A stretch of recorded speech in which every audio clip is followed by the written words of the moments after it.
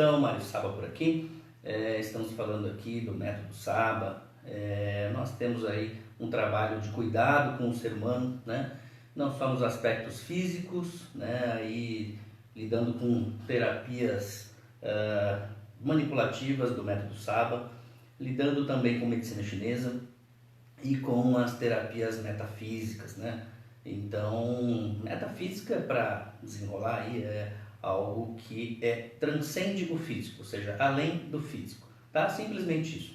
E eu quero falar com você hoje sobre a vida, né? A vida como ela é, a sua percepção, né? Não só a percepção da vida, mas da sua percepção de vida, né? Nossa, que complicado. Não, mas é como você percebe, a vida ela é muito como você percebe, como você faz ela dentro de você, como você recebe. Já percebeu que às vezes a pessoa fez alguma coisa para você e não é o que a pessoa fez para você, é como você notou, como você absorveu aquilo, né? Tem gente que absorve muito bem. De repente um amigo passa pelo outro, cumprimenta de uma forma muito do jeito dele, muito espontâneo, e o outro fala, puxa, mas que esquisito, né? E um outro acha muito normal, nem percebe aquela esquisitice que o primeiro percebeu, né? Então, muitas vezes a gente ouve falar aquele jargão, né? A vida, quando a pessoa fala, já sei tudo da vida, eu já sei todas as respostas da vida, né? Aí vem a vida com novas perguntas, né? Para que você responda tudo de novo. E é isso que eu quero saber, né? Como é que está a sua vida? Ela está boa para você? Ainda mais nesse tumulto que acaba acontecendo, né? Com crise, com pandemia. Eu queria fazer você refletir um pouquinho, tá? Falando um pouquinho mais dessa questão metafísica. Quando a gente fala o nosso discurso muitas vezes na vida, puxa, sei lá, vamos pegar uma frase positiva, porque hoje em dia o pessoal fala muito de positividade, muito pessoal aí de 20, 25 anos sabe falar muito bem e acaba virando um jargão, né? Por exemplo, o amor cura tudo, a vida é ótima, a vida é excelente. E é claro, se a pessoa se faz, né, faz por onde ter uma vida excelente, ela consegue. Mas você já notou que muitas vezes você fala uma coisa e você já acredita que porque você falou, aquilo é uma crença? Ah, mas não é, viu? Não é mesmo. Não é. A crença é muito diferente daquilo que você acredita. Porque o que você acredita, muitas vezes você fala para convencer alguém, quando você está tranquilo, quando você está calmo. A sua crença de verdade, ela aparece nos momentos de dificuldade, nos momentos de aperto, porque ali existem atitudes, né? Existem reações. E nem sempre a reação está no seu consciente. No seu consciente é quando você tem tempo para pensar, você está aqui falando comigo. Então, por exemplo, você está na igreja e você está rezando, está todo mundo bem. Então você fala que tudo é belo, tudo é maravilhoso, tudo vai dar certo. Eu quero ver você pensar assim, reagir assim na hora do aperto. E o que eu quero dizer? Nesse momento, o país, o mundo, né, está vivendo um momento de aperto. E aí as pessoas querem tanto, né? Muitas vezes a pessoa, nesse discurso, muitas vezes o discurso dela não é a vida é bela, o amor cura tudo, essas frases de jargão, mas muitas vezes o discurso dela é assim, puxa, eu gostaria tanto de mais tempo para mim, e agora você está tendo mais tempo. A pergunta é, você está tendo mais tempo sozinho, né? E o que é estar sozinho? É estar só com você. E muitas vezes é só com você sem poder olhar para o outro, ou muitas vezes sem tocar o outro. E eu quero saber, né, o que você tem feito quando você está sozinho. Porque tem pessoas que já se sentem sozinhas, né, a solidão, publicamente. Aí você fala, puxa, mas a pessoa está, né, acompanhada de muitas pessoas. E tem gente que grande parte, né, das pessoas que sentem solidão, sentem quando estão com outras pessoas. Imagina você confinar essa pessoa e falar para ela, puxa, agora você vai ter um momento de reflexão. Sim, mas se ela nunca fez um momento de reflexão antes, ela começa a se desesperar. E o que acontece? Eu quero perguntar para você mesmo, né? Uma pergunta para você. O que você faz quando você tem seu tempo livre?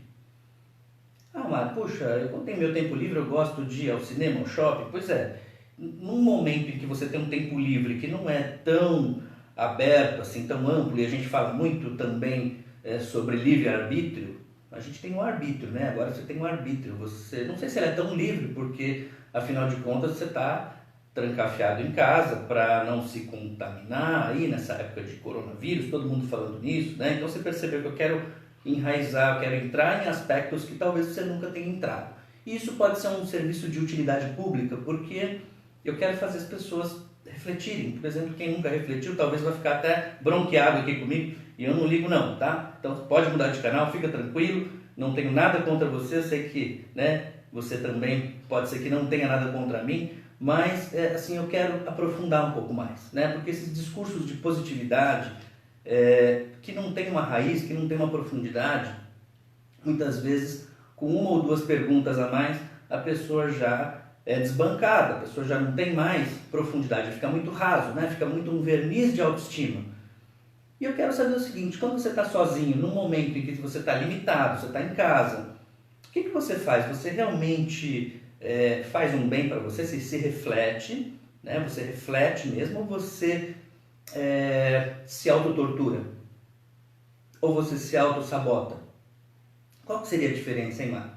Muito bem, eu precisaria conversar com você, né, sobre outros aspectos aqui. Então, por exemplo, vamos falar um pouco da nossa mente, né? É claro que quando a gente fala de mente, não existe só o que a gente conhece como mente racional. E grande parte de nós conhece a mente racional, que é a mente consciente.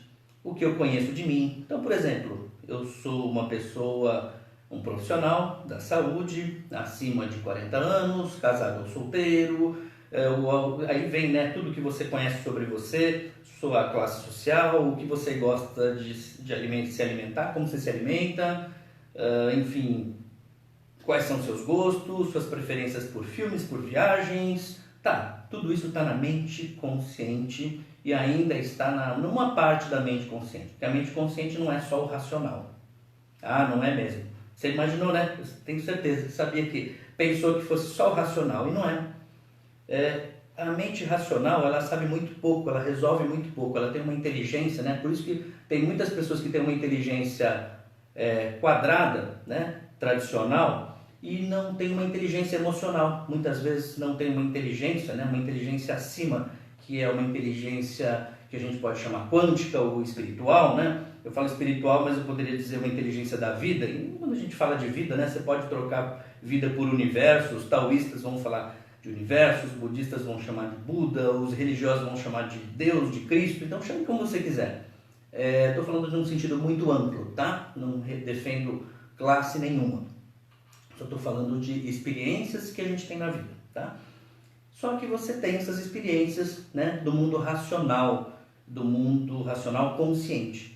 E existe o nosso racional inconsciente, ou seja, o que está abaixo, né, ou acima aí do seu alcance. Então tem uma parte que você não consegue enxergar. É como se você tivesse escondido uma coisa tão bem escondida que ela ficou inacessível para você. Não tem uma coisa que muitas vezes você, uma chave ou algum controle, um controle remoto, você escondeu tão bem escondido que nem você não achou. Lembra desse momento, desse dia?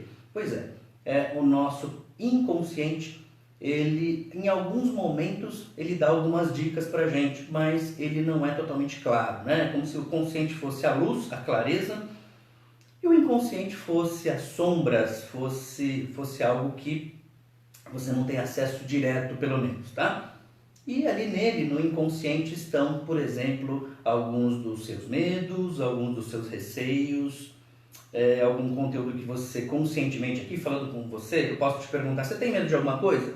Você fala, não, Mário, eu não tenho medo de nada, né? E às vezes é uma mentira, não que você seja mentiroso, mas às vezes a gente tem uma vista curta, a gente não consegue olhar por todos os aspectos, né?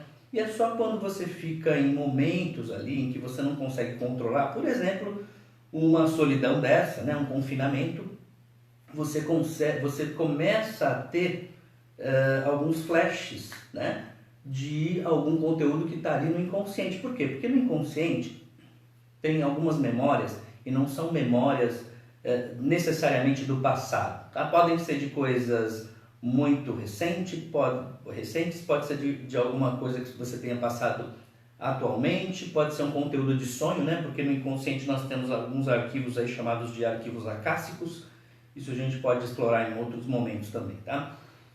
Vamos falar mais disso. Tem um arquivo que é um arquivo morto, né? Ali dentro.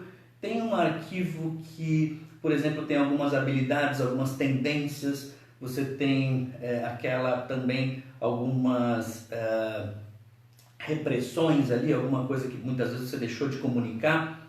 E por ter deixado de comunicar aquilo, né, virou alguma resistência dentro de você, e tudo isso existe dentro de você e você não consegue acessar. Assim como existem inúmeras qualidades de coisas que às vezes por falta de um ímpeto, de uma coragem, você não explorou. Muitas vezes você gostaria tanto de saltar de paraquedas e nunca saltou, né? Então você não sabe como você muitas vezes tem uma fantasia, uma ilusão de como seria, mas nunca se deixou fazer. E aquele desejo está ali no inconsciente. Ou muitas vezes, né, você passou por uma situação, uma briga, alguma questão familiar, ou alguma questão em que você não conseguiu, por exemplo, faturar direito, e aquilo também ficou ali dentro. Mas também tem muitas coisas boas ali dentro, muitas habilidades suas que você não consegue extrair. Muito bem, em alguns momentos pode ser que se queimar uma luz, né, de um projetor enquanto você está explicando ou dando aula, talvez você consiga se sair melhor, você consiga se sair bem, porque, enfim, é uma situação de alerta, de perigo, mas também não é um perigo à vida, né? Mas quando existe um perigo mais iminente, pode ser que você se choque, pode ser que você tome como um perigo iminente e que você realmente tire lá de dentro o que você né, o que você faria. Então, muitas vezes, assim, a diferença de se autotorturar quando você está sozinho e de refletir, talvez fosse assim, né? Se você reflete, você tira algo de bom daquela situação. Ou, pelo menos assim, por maior que seja a insegurança ou medo, você fala, puxa, olha, eu não pensei que se eu tivesse mais tempo, não iria ser assim de todo produtivo, não seria de todo mal, né? E você começa a entender, né? Você consegue perceber que existe uma insegurança, sim, um medo, mas você não deixa aquilo te tomar, percebe? É uma linha tênue entre perceber uma situação e comprar a situação. Por quê? Porque quando você compra uma situação, começa a virar um problema muito maior, né? Você começa a mostrar para você, às vezes a pessoa não se percebe, mas vamos supor, né? Vamos tomar essa pandemia aí como um exemplo. A pessoa vai ao mercado e quando ela está ali meio ao caos, né? Vamos dizer que a pessoa ela faz o quê? Ela compra um monte de álcool gel sem precisar. Ela leva todas as máscaras, né, e ela não está infectada. É como se ela estivesse fazendo um tratamento, olha que loucura, um tratamento para um câncer que ela ainda não tem, mas que ela já quer tomar quimioterapia antes. Imaginou que absurdo? Tomar quimioterapia antes de ter o câncer? Pois é, né? E quando a pessoa fica desesperada, no desespero ela faz isso. Ela começa a mostrar lados, né? Ela começa a passar por cima de outras pessoas e não nota a outra pessoa. Ela começa a julgar o comportamento de todas as pessoas, né, que não agem conforme o discurso que ela tem. Muitas vezes esse discurso que ela tem também é uma coisa que é muito pautada ali quando ela está no consciente, quando está tudo muito bem controladinho, né? Mas quando ela alguma coisa foge do controle dela, nossa, aquilo vem à tona, sabe? A pessoa mostra como ela é. Então é bom, muitas vezes, né, já começa por aí, né? A gente já começa a saber quem são as pessoas que estão do nosso lado, né? Quem é nosso time, quem é nosso time de trabalho, como é que as pessoas agem. O caos é muito bom para isso. Você não notou isso ainda não? É bom você notar. Então, começa a perceber como é que as pessoas em volta de você reagem, até porque a pessoa que está ali muito de acordo com as suas crenças, né? Realmente o que é a crença dela está muito de acordo com o que ela é de verdade, ela começa a ter atitudes, né, que condizem com aquela crença. Então a pessoa fala realmente, faz um discurso bom, mas no momento de aperto, ela age conforme esse bem que ela falou. Então aí você vê que a pessoa está alinhada. Realmente a pessoa está alinhada com aquilo que ela crê, com os valores, com os princípios dela, né? Enquanto aquela pessoa que muitas vezes fala que vai dar tudo certo, dar tudo positivo, mas bastou ter um momento ali de incerteza, e realmente, gente, é de incerteza, né? Porque a gente não sabe o que vai acontecer daqui por diante. Então, assim, eu não quero me prender, eu sou da área da saúde, eu sou doutor em neuroanatomia, mas não quero me prender, eu não sou infectologista, não sou farmacologista, não sei quando, né? Se diz que tem um estudo aí com alguns fármacos, algumas drogas que vão ajudar, né, a sair dessa posição. E a gente espera que saia, que a gente não tenha tantos lesados, tantos feridos, né? Nem tantas mortes, que isso é lamentável. Mas eu acho que assim, quando a gente fala de crenças, fala de mindset, você ouve falar sobre isso a todo momento, e pessoas que às vezes não sabem o que estão falando, né? Acham que só porque você aprendeu uma coisa conscientemente, você consegue traduzir isso para o emocional, né? Agora a gente está vendo, será que é muito assim? Será que acontece isso mesmo? E se não acontece, por que não acontece? Isso daí dá um papo, olha, dá pano para manga aí, gente. E eu gostaria de desenvolver um pouco mais sobre isso, né? E por que é tão difícil mudar, né? De onde vem essa mudança, né? Isso tem a ver com um sistema nosso chamado sistema realizador, né? Que vem ao encontro de todas essas mudanças e de todas as experiências que nós tivemos, sejam passadas ou atuais, né? Tem gente que fala assim, não, quando é alguma coisa mais inconsciente é porque ficou lá atrás, na infância. Nem sempre. Pode ter sido de um passado recente, pode ter sido de um passado de uma semana atrás. E às vezes até o consciente também, né? O meu consciente, eu posso lembrar de mim quando criança, um consciente, né, passado. Não é só porque é passado que é inconsciente, o que é presente é consciente. Não é isso não, tá? Então, assim, é um sistema que coexiste, né? E imagina quando a gente for falar de sentimento e emoção, né? Que são coisas totalmente diferentes. Totalmente diferentes. Sentimento e emoção são coisas muito diferentes, tá? Assim como o psiquismo, a mente, a intuição são coisas muito diferentes, né? As habilidades, as inteligências, né? Porque não é só um tipo de inteligência que existe. A inteligência artística, a inteligência sinestésica, nossa, tem muita coisa, tá? A inteligência mais matemática, uma inteligência mais, vamos dizer, para o lado da pintura, da arte, né? Da poesia, tem vários tipos de inteligência.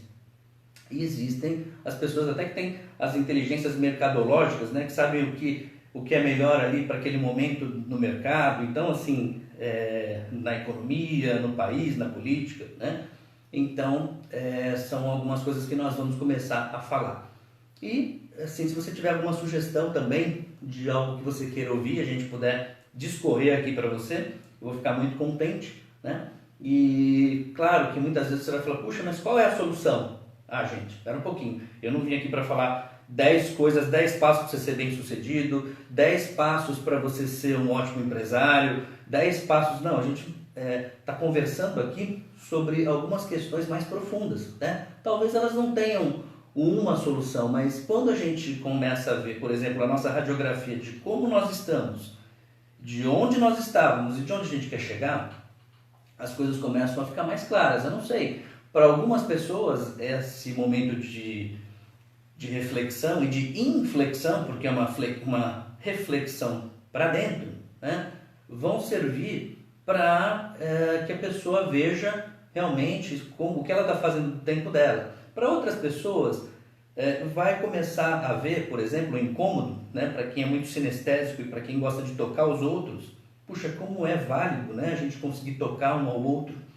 Para outras pessoas, né, ela vai ter, por exemplo, uma sensação de visualização muito diferente, né, de dar valor em coisas que ela não dava. Outras pessoas, por exemplo, que são mais jovens, nunca passaram por um problema real, já tiveram tudo na mão, muitas vezes, vão se ver julgando situações que vão estar ali em conflito com aquilo que sempre falavam. Então é justamente essa história da crença, né? A crença é uma coisa que está lá no inconsciente e que é muito diferente daquilo que eu acreditava na minha mente consciente. Porque quando você está bem, tá com tudo ali, né? A pessoa tem tudo fácil ali na mão, ela, claro, o conceito dela é que a vida é positiva, vai dar tudo certo.